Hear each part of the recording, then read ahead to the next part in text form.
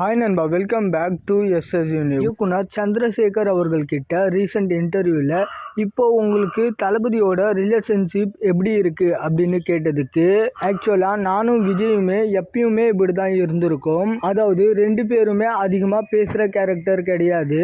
சின்ன வயசுல இருந்தே நான் அவர்கிட்ட பேசுகிற வார்த்தை சாப்பிட்டியா, காலேஜ்லேருந்து வந்துட்டியா, அவ்வளோதான் கான்வர்சேஷன் இருக்கும். நான் ஒரு ஸ்ட்ரிக்டான ஃபாதர் தான். நான் என்னோட அசிஸ்டன்ட் டைரக்டர்ஸ் கிட்டேயே ரொம்ப ஸ்ட்ரிக்ட் தான். நான் பிளாட்ஃபார்ம்ல இருந்து இந்த ஒரு இடத்துக்கு வந்திருக்கேன்னா அதுக்கு என்னோட அந்த ஒரு டிசிப்ளின் தான் காரணம். இயக்குனரா நான் அத்தனை மொழிகள்ல போயிட்டு படம் பண்ணி இட்டு கொடுத்துருக்கேன். பட் நான் இதெல்லாம் விஜயை உட்கார வச்சு சொன்னதே இல்லை. ஸோ அவரை நான் டிசிப்ளினா க்ரோ பண்றதுக்காக ஸ்ட்ரிக்டா இருந்திருக்கேன். அதனால நாங்க எப்பயுமே இப்படிதான் இருந்திருக்கோம். இப்போ அவரு புகழ் உச்சத்துக்கு போனதால மீடியா வெளிச்சம் எங்க மேல படுறதால என்ன இவங்க பெருசா பேசிக்க மாட்டாங்க, கை கொடுத்துக்க மாட்டாங்கன்னு சொல்லிட்டு அது பெருசா பார்க்கப்படுது. ஸோ மற்றபடி சின்ன வயசுல இருந்தே எங்களுக்கு எப்படி ரிலேஷன்ஷிப் இருந்துச்சோ அதே மாதிரி தான் இப்பவும் இருக்கு. தென் இப்போ அவரோட பொலிட்டிக்கல் பார்ட்டிக்கு கூட்டம் வர்றத ஒரு நடிகரை பார்க்க கூட்டம் வரதா செய்யும், அதெல்லாம் ஓட்டா மாறாது அப்படின்னு விமர்சிக்கிறாங்களே, அதை பத்தின உங்களோட கருத்து என்ன அப்படின்னு கேட்டதுக்கு, விஜயை பார்க்க நிறைய ரசிகர்கள் மட்டும் வர்றது இல்ல, நிறைய அரசியல்ல ஆர்வம் உள்ள இளைஞர்களும் தான் வராங்க. அண்ட் நிறைய இளைஞர்களுமே அவர் அரசியலுக்கு வந்திருக்கிறதா வரவேற்கிறாங்க.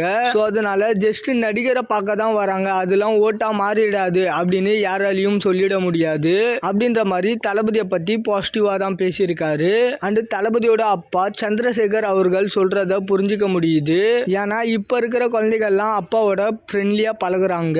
நம்ம ஜென்ரேஷன்லயும் சரி, அதுக்கு முன்னாடி இருந்த ஜென்ரேஷன்லயும் சரி, மோஸ்ட்லி அப்பா மகன் பேசிக்கவே மாட்டாங்க. பட் மீடியால இது பயங்கர பூதகரமா வெடிச்சதுக்கு சந்திரசேகர் அவர்களும் ஒரு காரணம். அதாவது தளபதியோட அனுமதி இல்லாம கட்சியெல்லாம் பதிவு பண்ணாரு. அதுக்கும் இதுக்கும் சம்மந்தம் இல்லைன்னு சொல்லிட்டு தளபதி கேஸ் எல்லாம் போட வேண்டியதா போச்சு. பட் இப்போ சந்திரசேகர் அவர்கள் அந்த மாதிரி எல்லாம் எதுவும் பண்றது இல்ல. அண்ட் மாநாடு பொதுக்குழு கூட்டம் பிளாக் லான்ச்னு சொல்லிட்டு தமிழக வெற்றி கழகம் கட்சி முக்கிய நிகழ்வுகளுக்கும் சந்திரசேகர் அவர்களும் போறாரு.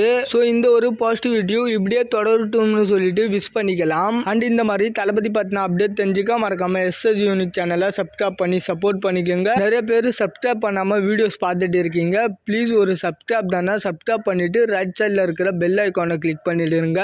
அப்பதான் நான் போடுற வீடியோஸ்க்கான எல்லா நோட்டிஃபிகேஷனுக்கும் உங்களுக்கு வந்து சேரும் உடனே. இதோட வீடியோ முடிச்சுக்கிறேன். ஓகே, பாய்.